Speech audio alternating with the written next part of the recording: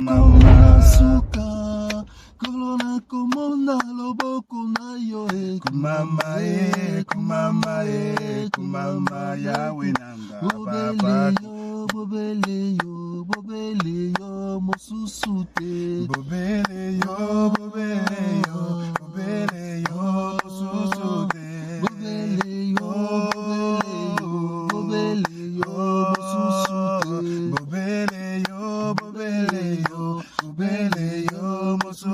te. Hello, bonjour à tous. Aujourd'hui, je suis avec mon frère qui va faire un témoignage. Mais son témoignage, en fait, pour des raisons sécuritaires, parce qu'il faut la sagesse, on va pas montrer son visage. Ceux qui le connaissent reconnaîtront sa voix, etc. Mais il va pas être long dans son témoignage, parce que si il est long dans son témoignage, on en a pour 5 heures. Mais il va essayer de synthétiser et de nous expliquer l'essentiel de son périple, de son parcours, de comment il a quitté son pays, de pourquoi et surtout de ce que Dieu a fait pour lui. C'est ce qui est le plus important, de ce que Dieu a fait pour lui, pour le libérer et l'emmener en France. Donc voilà, je vais te laisser raconter, mon frère, un peu de ton témoignage. Bonjour. Pour des raisons de sécurité, je me réserve de présenter mon nom. Alors, je pense que le plus important, ça serait plutôt le témoignage. Alors, avant que j'arrive en France, j'ai subi des choses et des événements un peu horribles dans ma vie, qui, donc, par la grâce de Dieu, je me retrouve aussi aujourd'hui en France. J'ai travaillé dans une banque qui s'appelle Dutch International. Et à la sortie de l'université, j'ai été recruté dans cette banque comme informaticien. À un moment donné, j'ai été invité dans le bureau de mon patron. Et je ne savais pas pourquoi j'étais invité à arriver là-bas. Les patrons me disaient, j'ai une mission à te confier. Et tu dois aller dédouaner des cargaisons de mes conteneurs au port international de Matadi. Et du coup, je ne savais pas de quoi il s'agissait. Bon, du coup, je me disais, comme mon patron, c'était un homme d'affaires, en dehors de la banque, il avait des activités parallèles. Alors, je me disais, peut-être c'était sa marchandise, il voulait quelqu'un de confiance pour lui dédouaner afin de l'amener dans la destination. Et du coup, le patron m'a donné l'itinéraire et tout le nécessaire possible pour aller récupérer, disons, dédouaner ces cargaisons. Et j'ai été escorté par un groupe de 5 personnes. Et arrivé là-bas, nous avons rempli toutes les formalités nécessaires. Au moment où les agents des contrôles des marchandises venant de l'extérieur voulaient déceler les conteneurs pour contrôler si c'était des marchandises périmées ou non, alors du coup, on avait réussi le mot d'ordre du patron que personne n'a le droit de déceler les conteneurs. Donc toi, tu ne savais pas ce qu'il y avait dedans? Je ne savais pas les contenus du conteneur, voilà. D'accord. Alors, les agents avaient insisté, j'avais refusé, alors, tellement qu'ils étaient influents, et du coup, j'avais appelé des personnes plus influentes qu'eux pour insister à ce que les conteneurs ne soient pas décelés. Du coup, on nous a permis de sortir les conteneurs du port. On les a transportés et on les a menés, on les transportait à la frontière. À la frontière communément appelée Loufou, c'est la frontière entre l'Angola et le Congo, la République démocratique du Congo. Alors, de l'autre côté de la frontière, il y avait un groupe des éléments, en fait, en général, angolais qui nous attendaient de l'autre côté pour recevoir la cargaison. Arrivé... Mais c'était quoi ton rôle dans ça? Mon rôle était juste de veiller à la cargaison du patron parce que j'étais la seule personne qu'il devait faire confiance. D'accord. Du coup, il n'avait pas confiance à tous ses collaborateurs parce que quand je suis arrivé dans son bureau, la première question qu'il m'avait posée, c'est toi, monsieur tel? J'ai dit, c'est bien moi. Alors, il m'a demandé, est-ce que je peux te faire confiance? Donc, il te connaissait même pas, en fait? Il m'avait jamais vu, mais connaissait que par mon nom parce que j'avais trouvé mon dossier sur sa table. D'accord. Ok.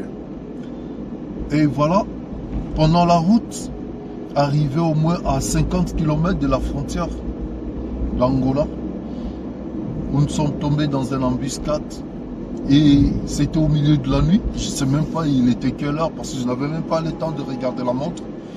Et on a vu au moins plusieurs véhicules qui avaient barré la route. Et du coup, le véhicule nous avait fixé le feu en fait. Ils avaient fixé le feu à 100 vers nous. Ouais, ils ont mis des feux de route, quoi. Exactement. Voilà, ok. Et du coup, on était obligé de s'arrêter. Et pendant qu'on s'arrêtait, il y a un groupe militaire qui se sont avancés vers nous à pied, en marchant à pied. Et du coup, il y a leur chef qui est venu et il nous avait demandé tous de descendre de nos véhicules.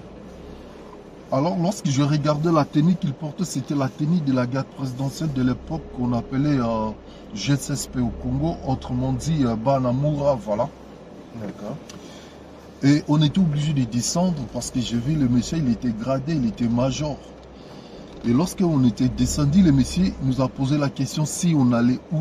Et moi, je lui ai dit, ben, nous sommes en train d'exporter la marchandise de mon patron à la frontière d'Angola. Le monsieur m'a dit de quelle marchandise s'agissait-il. Je lui ai dit, ben, je connais pas la nature de la marchandise. Moi, je suis juste en train de répondre à la mission de mon patron. Je lui ai dit, ok, moi, il m'a demandé de déceler les conteneurs. Alors, je lui ai dit, je n'ai pas le droit. Le monsieur avait insisté. Je refusé. De peur de mon boulot, mon travail, en fait, à la banque d'où je travaillais. Et le monsieur, il a usé de sa force, comme il avait des éléments armés jusqu'aux dents. Ils ont usé de la force, ils ont pris des marteaux, ils ont cassé tous les cadenas des conteneurs, ils ont décelé. Ils ont fait descendre le caisse qui contenait la marchandise dont je ne connaissais pas la nature. Et lorsqu'ils l'ont posé par terre, ils l'ont déballé. Même moi, personnellement, j'étais surpris de voir que j'étais en train de transporter les armes et des munitions de guerre dans ces cargaisons. Du coup, le monsieur m'a dit, toi, t'es qui? Tu fais quoi et tout? Comment oses-tu transporter ces munitions de guerre? C'est pour les amener où? Par quelle autorisation? Vous n'avez pas le droit de faire ça. Du coup, le monsieur m'a dit, vous tous, vous êtes en état d'arrestation. Et je n'avais même pas d'argument, je ne savais pas quoi dire. En fait, je me sentais coupable, mais malheureusement, c'était une affaire que je ne connaissais pas. On m'avait tout simplement fait porter la casquette. Mais à ce moment-là, tu étais chrétien? Oui, je l'étais déjà. D'accord. Tu avais remis ta mission, tout ce que tu devais faire entre les mains du Seigneur? Exactement. Oui? Oui. D'accord. Mais tu ne savais pas que finalement, tu étais dans un trafic d'armes et que toi, tu étais juste le chef qui accompagnait convoi, du convoi ouais. et puis voilà quoi. Exactement. Mais il y avait plein d'armes de guerre dedans. Tout à fait. Ma mission était d'assurer mon patron que son cargaison est arrivé à la destination parce que j'étais la seule personne qui pouvait faire confiance. D'accord.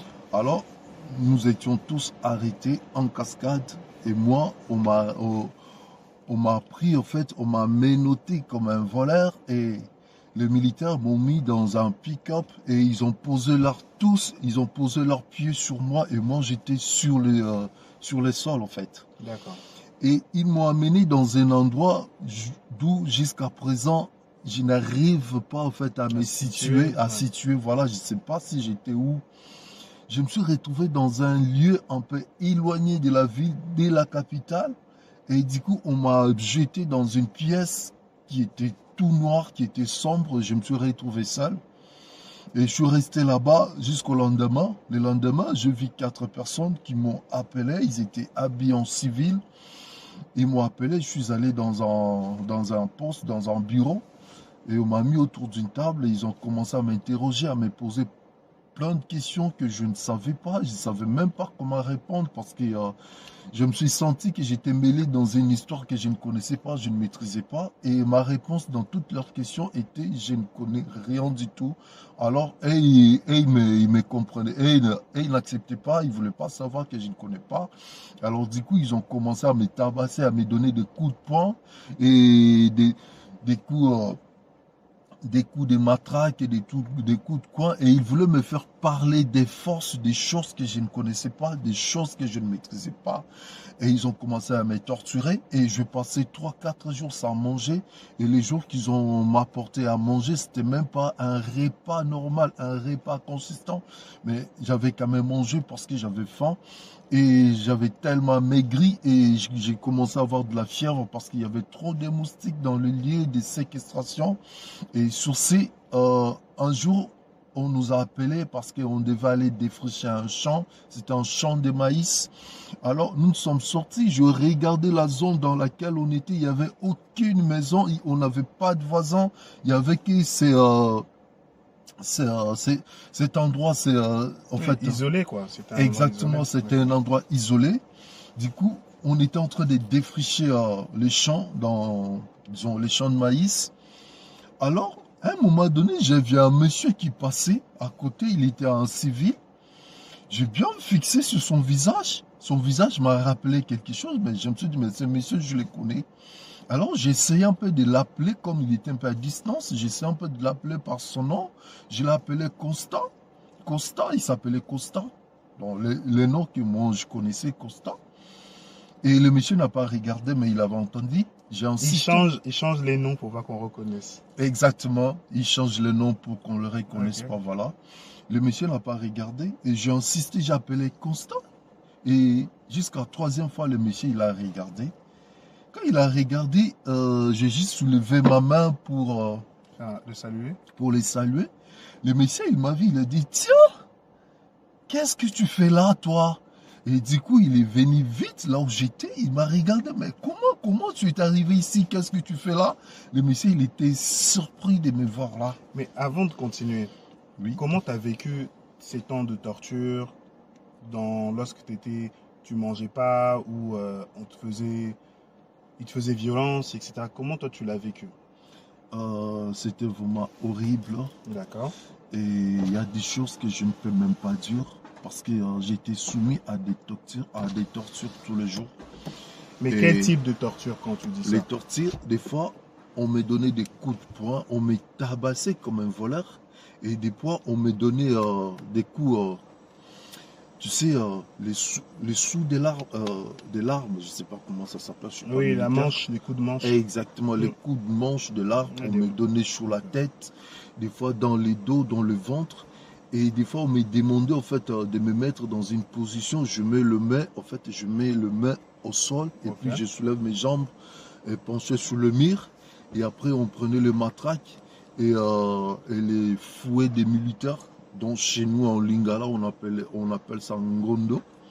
Et il me chicotait sur les mollets, sur les cuisses et sur les dos. Et tout simplement parce qu'il voulait que je parle. Alors moi, je ne savais rien du tout. Je me suis identifié et je leur avais dit tout ce que je pouvais connaître du monsieur. Et je n'avais pas des informations sur le monsieur. Et je leur avais dit, je n'ai aucune information à me donner. Moi, mon travail était limité qu'à la banque. J'étais un informaticien de sa banque. Et je n'étais pas le seul informaticien. Il y en avait plusieurs. Mais bon, son choix était porté sur moi pour exercer. Et ta foi, elle en était à où dans tout ça? Pendant ces périodes de violence, etc., tout ce que tu avais. C'était quoi l'état de ta foi? Est-ce que tu pensais au Seigneur? Est-ce que tu priais? Est-ce que tu étais en colère? Tu étais comment à ce moment-là? Personnellement, j'étais en colère déjà disons, contre le monsieur, contre mon patron. Déjà de m'avoir mêlé dans une histoire que je ne connais pas et de me faire porter une casquette dans une affaire que je ne connaissais pas. Et après, à moi, je disais au Seigneur que je suis innocent dans cette affaire et je ne me reproche de rien du tout. Je n'ai jamais été ni vendeur de drogue, comme le plus fort, et être vendeur d'armes. Alors, du coup, je dis au Seigneur, si tu es vraiment un Dieu des innocents, un Dieu qui défend la cause des innocents et il défend ma cause. Alors, je ne savais pas comment et quand, mais je sentais en moi une forte conviction qui me disait que tu vas partir d'ici. Mais je ne savais pas comment, voilà. Tu es resté combien de temps dedans? Je suis resté là-bas 2 mois. D'accord. Je mets une pause juste pour expliquer, parce que beaucoup de chrétiens ont tendance à penser que euh, la souffrance, ça s'arrête qu'à eux. Mais ils ne savent pas qu'il y en a qui ont vécu et il y en a qui vivent toujours des séquestrations. Là, c'était pour une autre affaire, mais il y en a qui vivent des séquestrations à cause de leur foi, à cause de leurs croyances dans différents pays. En Afrique, dans le Moyen-Orient, en Asie, ces choses-là se font tous les jours. Des pays comme l'Érythrée, des pays comme le Pakistan, des pays comme la Corée du Nord, il y a énormément de chrétiens qui sont enterrés vivants, qui souffrent, qui sont torturés. Il y en a, ils se disent toujours, oui, mais non, ils ont l'impression que la persécution va commencer que quand ça va les atteindre eux. Mais il y en a beaucoup qui sont persécutés à ce jour. Et c'est important aussi de prier justement pour ces chrétiens qui sont persécutés par-delà le monde, mais de comprendre aussi qu'on n'est pas les seuls. Des fois, on n'a pas trouvé un emploi, on pleure. Alors que lorsqu'on va dans les camps, comme là où il était notre frère, on n'en ressort pas. Ceux qui vont dans ces camps-là, ils disparaissent. On n'entend plus jamais parler d'eux et c'est terminé comme ça. Il n'y a que par la grâce du Seigneur qu'on peut sortir de là. Donc, explique-nous après la rencontre avec la personne. Alors, lorsque je me suis croisé avec le monsieur, il m'a reconnu, il dit, mais qu'est-ce que tu fais là? Le monsieur, il était l'ami de mon frère et il venait tout le temps à la maison à l'époque. Ça faisait plus de 5 ans, on ne le voyait plus et on ne savait même pas qu'il était devenu un agent du service de renseignement privé du chef de l'État à l'époque. Et voilà, il m'a dit, ben ok, voilà, mais je ne sais pas comment te faire sortir d'ici parce que je l'avais vraiment supplié de me sortir de là. Il m'a dit, je ne sais pas comment te faire sortir parce que la plupart des gens qui viennent ici, ils ne sortent jamais vivants parce que souvent, ce sont les lieux où on enferme les prisonniers d'État, en fait. Alors, il me dit, bon, je vais réfléchir, mais je ne sais pas comment. Et le monsieur, il est rentré chez lui 3 jours après. Le monsieur, il est revenu, c'était au milieu de la nuit. Et il n'était pas venu, en fait, il était venu, il était en tenue. Il était en tenue, voilà, je ne sais pas comment il avait fait pour se masquer à la barrière et tout. Il m'a dit, bon, écoute, là, je vais te balancer. En fait, j'étais dans la cellule, le WC, il est venu jusque là où j'étais dans ma cellule. Il m'a balancé un paquet. Et lorsque j'ai ouvert le paquet, j'ai trouvé que c'était une tenue militaire avec des chaussures. Après, le monsieur me dit, porte, ne traîne pas, s'il y en a qui est pour 5 minutes, on doit sortir rapidement. Et je me suis habillé dans la tenue militaire. Après, le monsieur m'a dit, bon, écoute, tu vas me suivre, tu vas sortir avec moi. Alors, tu vois, nous avons au moins là-bas, devant, il y a 3 barrières et toutes ces barrières sont protégées par des militaires. Et si ces militaires te posent la question, vous allez où à cette heure? Et tu vas leur dire que ben, nous allons juste dans un village à côté pour acheter la cigarette. Bon, parce que la cigarette que les militaires fument souvent, c'est du chanvre, voilà. Il a dit, il faut leur dire que c'est comme ça, et après, ils ne vont pas te déranger, ils ne vont pas chercher à connaître pourquoi et Pour tout. la traduction, c'est de la bœuf, un peu. Ah, Pour traduire. d'accord, Voilà. voilà. Ouais. Et j'ai fait comme le monsieur m'avait demandé, et on est sorti, on marchait un peu rapide. Arrivé aux premières barrières, on nous a posé la même question, vous allez où à cette heure et tout. Bon, là, je me suis déguisé comme un militaire alors que je ne l'étais pas. Et je leur répondis la réponse qu'on m'avait donnée. Ils nous ont laissé passer. La deuxième barrière, la troisième barrière, on nous a posé la même question et j'étais obligé de donner que la même réponse. Alors, du coup, le militaire de la troisième barrière, ils m'ont regardé un peu attentivement. Bon, comme j'avais porté les chapeaux, la tenue et tout, bon, ils ont pensé que j'étais l'homme de l'air. Du coup, ils m'ont dit, bon, ok, mais n'oubliez pas d'acheter aussi pour nous, nous attendons. Achète aussi pour nous, nous t'attendons ici. J'ai dit, ok, il n'y a pas de souci. Et du coup, nous sommes allés, nous avons marché à pied à 1 kilomètre. Le monsieur il avait garé sa voiture à 1 kilomètre du lieu où on était. Je ne sais pas, lui aussi, il s'est fait déguiser pour qu'il ne soit pas reconnu à tous ces gens-là. Et du coup, nous avons marché à 1 kilomètre, arrivé là-bas, et le monsieur il m'a mis dans sa voiture. Il m'a emmené dans un lieu un peu reculé de la capitale. J'étais chez son ami, il m'a dit tu dois rester là-bas, je dois appeler les membres de ta famille, viendront te rendre visite ici, voilà. Et du coup, le lendemain, il a appelé ma famille et ils sont venus là-bas. Et lorsque ma mère m'a vu, elle avait commencé à pleurer. Il m'a dit, mais je ne savais même plus te revoir un jour. Parce que lorsqu'on nous a apporté la nouvelle, après on nous a dit que la plupart des gens qui entrent dans ce lieu, ils ne sortent jamais. Parce que la plupart des prisonniers d'État, ils ne sont jamais libérés. Mais ça veut dire que ta famille, eux, ils avaient eu des nouvelles comme quoi tu étais un prisonnier d'État. C'est le même ici qui les avait apporté les nouvelles, parce qu'il était la seule personne.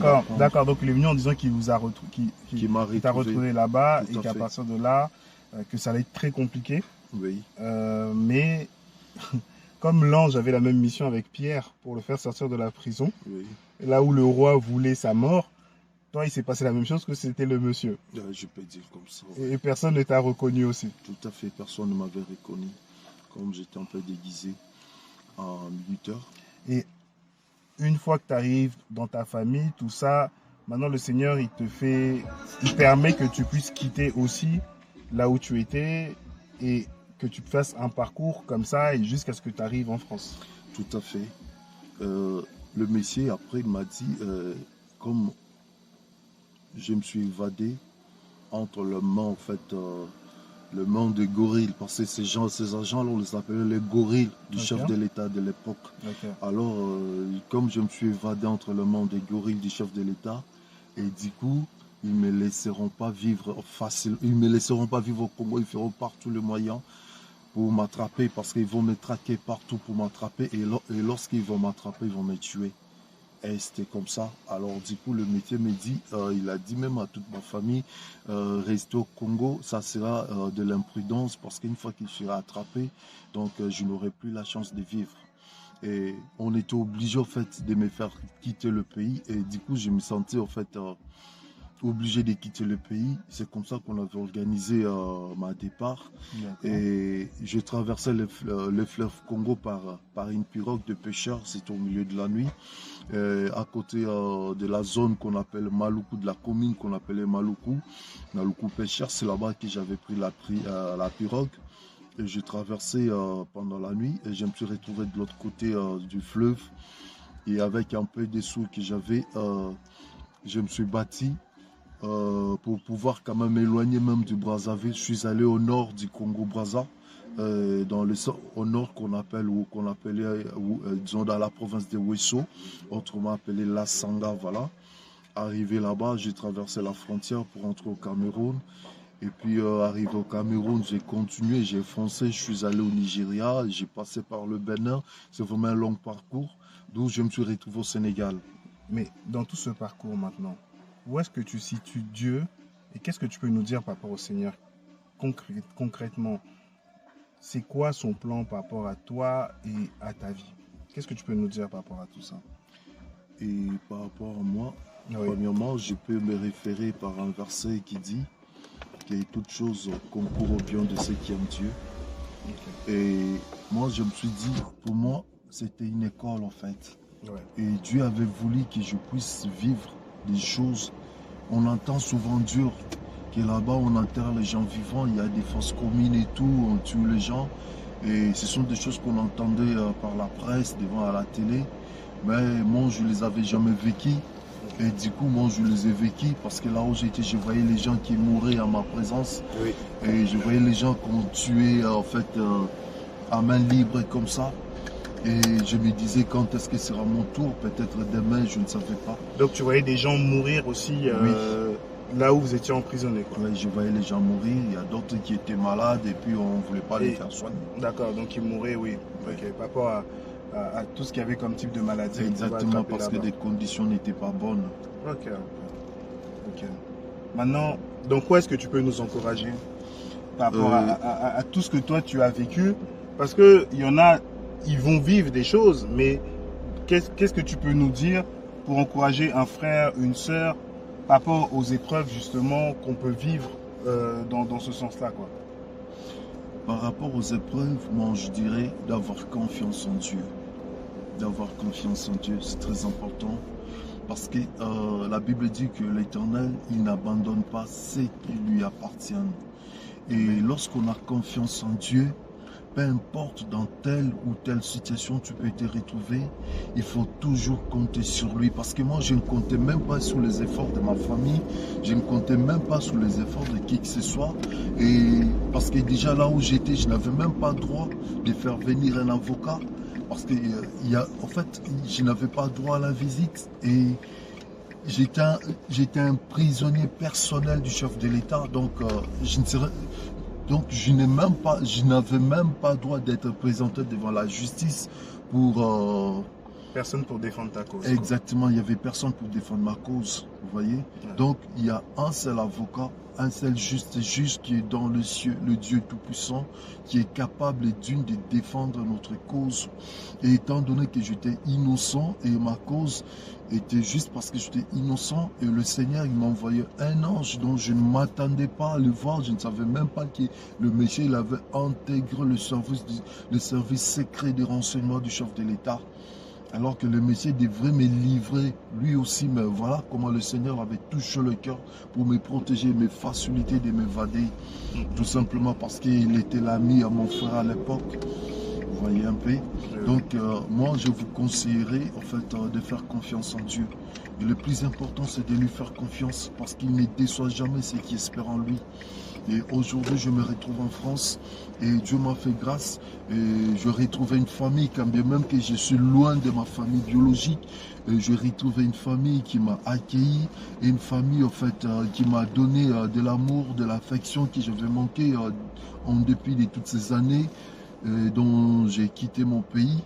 Et je me retrouve quand même dans une vie normale, et je peux encore compter sur l'avenir, je peux encore avoir de l'espoir de vivre parce que là, j'ai une supplie, c'est lui qu'on attendait de tuer, en fait, c'est lui qu'on voulait tuer peut-être une semaine après, soit 2 semaines après, et par la grâce de Dieu, je me retrouve aujourd'hui en France, et vraiment moi, je bénis le Seigneur pour ça, et je glorifie le Seigneur et je continuerai toujours à le glorifier parce qu'il n'y a que lui qui peut faire des choses ainsi.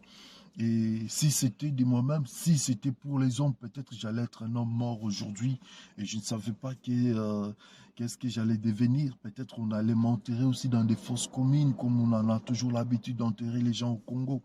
Mais par la grâce de Dieu, je suis parmi les vivants. Amen. Et voilà pourquoi je le bénis. Amen. Merci beaucoup mon frère. Que Dieu soit béni. Amen. Merci à vous et je vous dis à la prochaine. Ciao.